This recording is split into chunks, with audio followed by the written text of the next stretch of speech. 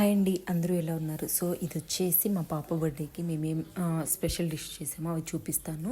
So మేము వచ్చేసి సింపుల్గా ఇలా ఇంట్లోనే డెకరేట్ చేసామన్నమాట. మా దగ్గర ఒక ట్రాన్స్పరెంట్ కర్టన్ టైప్ ఉంటే అది బ్యాక్ విండోకి సెట్ చేసి ఇది హ్యాపీ బర్త్డే అనే ఈ బెలూన్స్ ఇవన్నీ మేము ఆన్లైన్లో ఆర్డర్ చేసాము.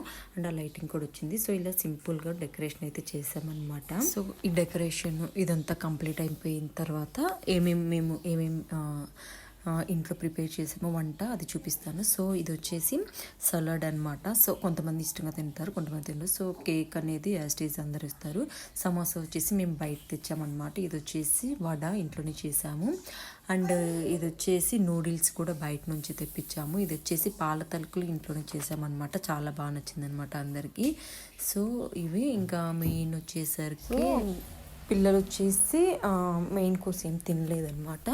ఇంకా పిల్లలకి వచ్చేసి ఇవి పెట్టాము. ఇవి పెట్టిన తర్వాత చాలు అన్నారు. ఇంకొచ్చేసి ప్లెయిన్ బిర్యానీ చేసామన్నమాట, లైక్ బగారా టైప్లో. అండ్ చికెన్ ఫ్రై చేసాము. వెజ్ నాన్ వెజ్ రెండు చేసాము.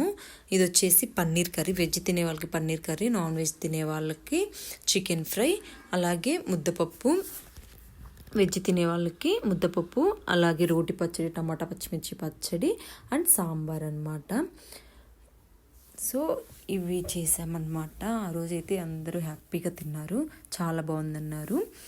ఇంకా గోంగూర మటన్ కర్రీ అండ్ ఫైనల్గా పెరుగు చట్నీ అనమాట. సో ఐ హోప్ ఈ వీడియో మీకు నచ్చిందని అనుకున్నాను. Please do like, share and subscribe.